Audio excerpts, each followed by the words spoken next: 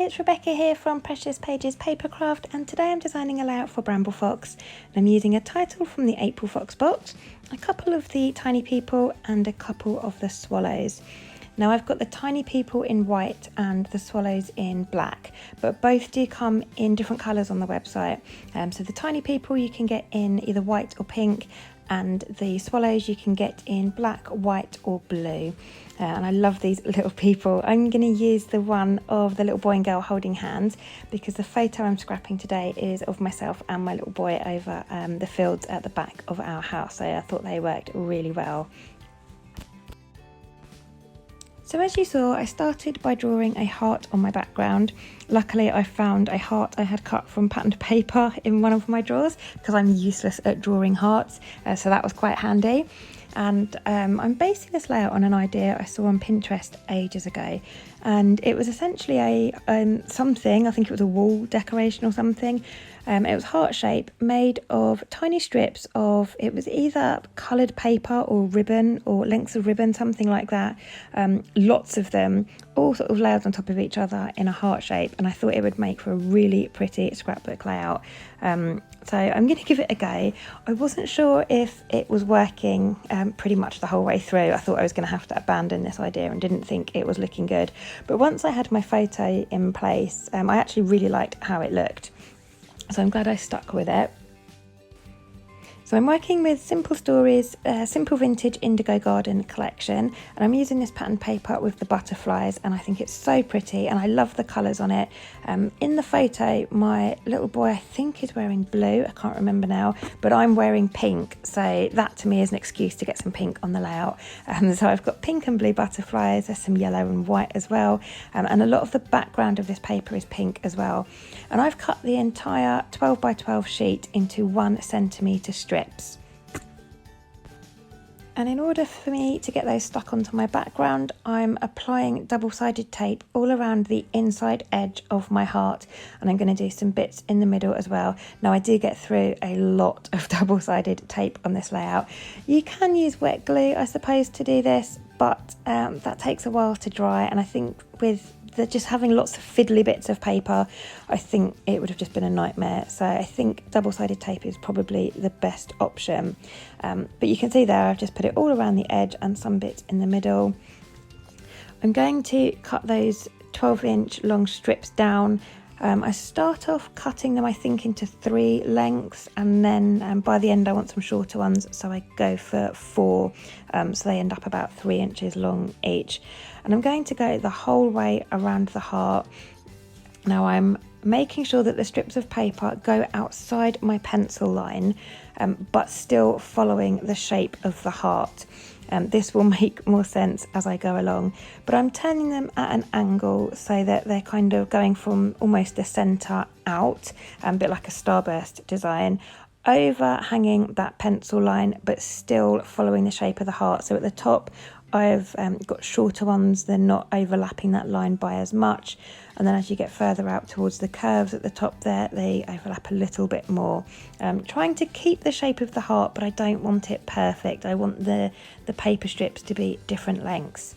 And I'm going to keep going the whole way around the heart, and once I've got this first row in place, I'm going to add some more double-sided tape on top of all of that, sort of in the centre area where my photo will cover. And like I say, I get through loads of tape, but I keep adding more tape to make sure that these pieces are stuck down. And then the next layer, I kind of stagger them so that I'm filling in the gaps, if that makes sense. And then as I get towards the middle more, I make them slightly shorter so that they're not all the same length, just to bring in lots of texture and dimension. And by the time this is finished, it is so dimensional because I'm going to kind of curve all the outer edges up with my hands. It's quite therapeutic to do, really, but it is a very dimensional layout. But I'm glad I stuck with it because I do love the way it looks. For now though, I'm just going to be quiet for a bit, give my voice a rest, and I'll leave the full process in so you can see what I'm doing and how I'm arranging them. I think it would be quite tricky to try and explain it without the visual aid, so I'll leave you with some music just while I finish this off.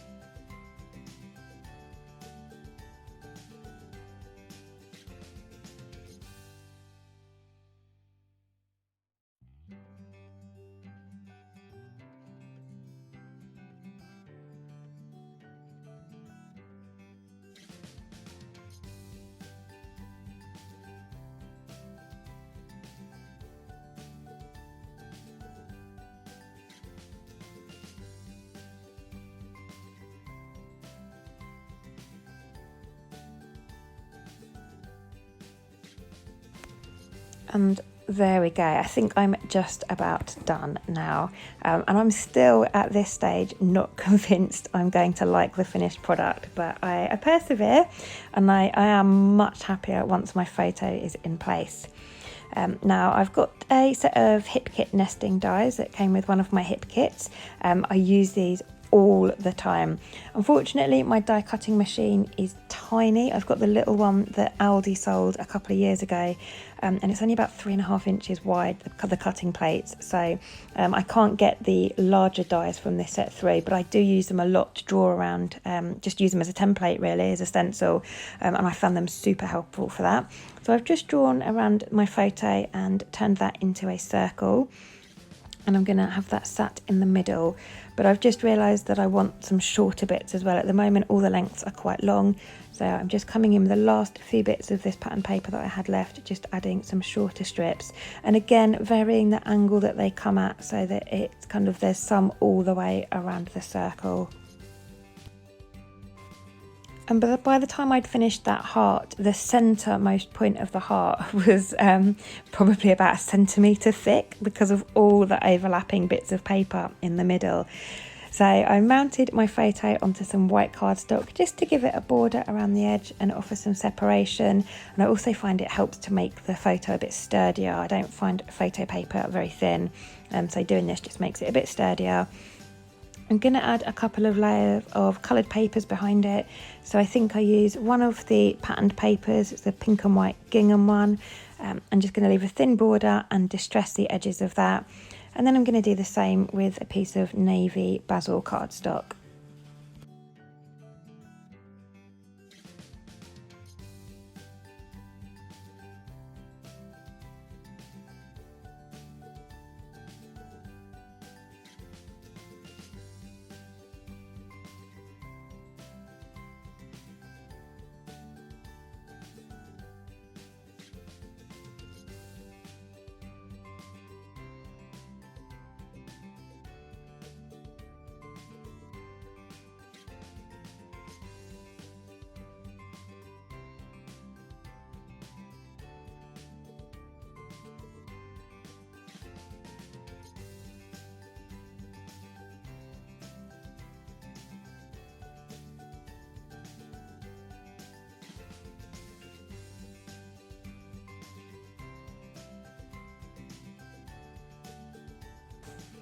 I'm slowly getting there because like I said, the centre of that heart is it's quite dimensional and quite raised off my background.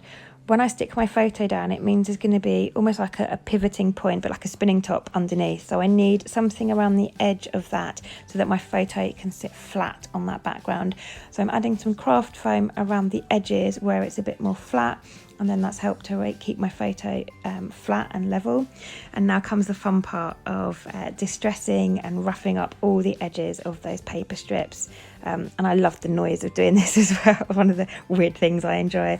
But I really enjoyed doing that. I've just used my hands and my fingers, as you saw, to curl up all those edges.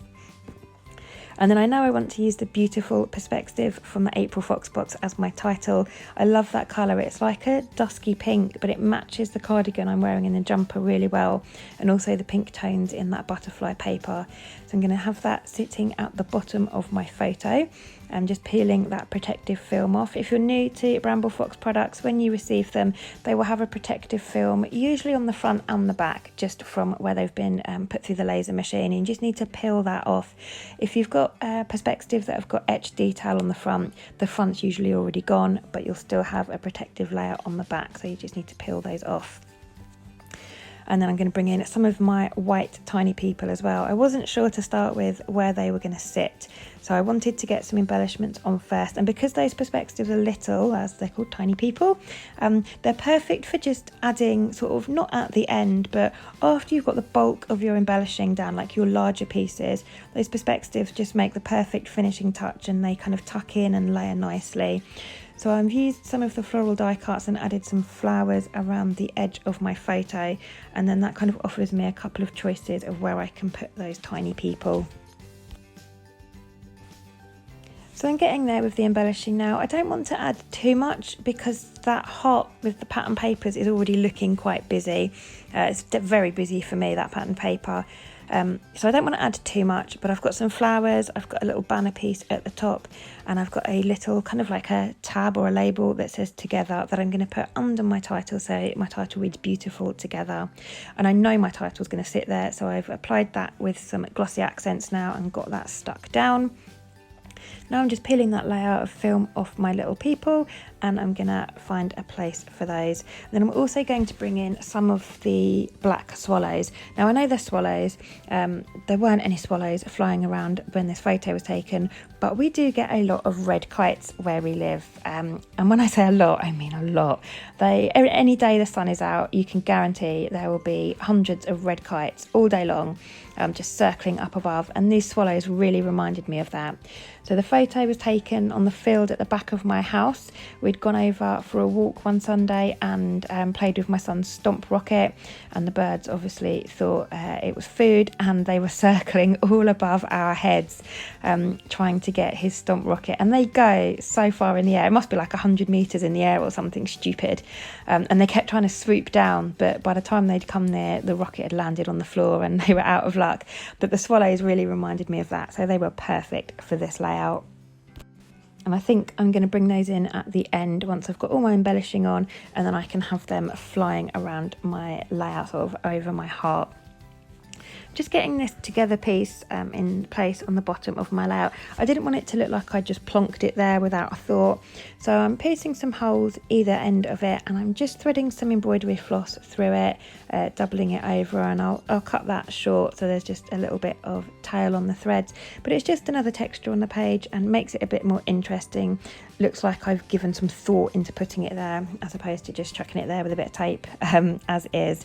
So I like how that looks and works with my title. I've added a couple of butterflies as well. Got a little tiny yellow one under my title and then a larger pink one to the top, kind of going diagonally through my layout. And then these are the black swallows I'm bringing in. So again, they've got a protective film on. I'm peeling that off to reveal that lovely shiny black acrylic. And I'm going to have one up the top there, kind of swooping down over the tiny people, and then the other one over onto the right, kind of flying in to the photo in towards my son and I. And I really love how they look on this page. Really do remind me of the day. There's nowhere for journaling really on this page, and I'm terrible for journaling, so I will write some information on the back. I always write a bit of a story on the back, and I probably will write about the red kites as well, but that will all go on the back. But that is me finished for today. So thank you very much for joining me. I hope you've enjoyed this layout and it's given you some inspiration. I will leave you with lots of close-ups, and in the description box below you'll find a link to the Bramble Fox website, the Foxbox subscription page, which is a monthly box of goodies you get through the door, which will include an exclusive design as well that's not available in the shop.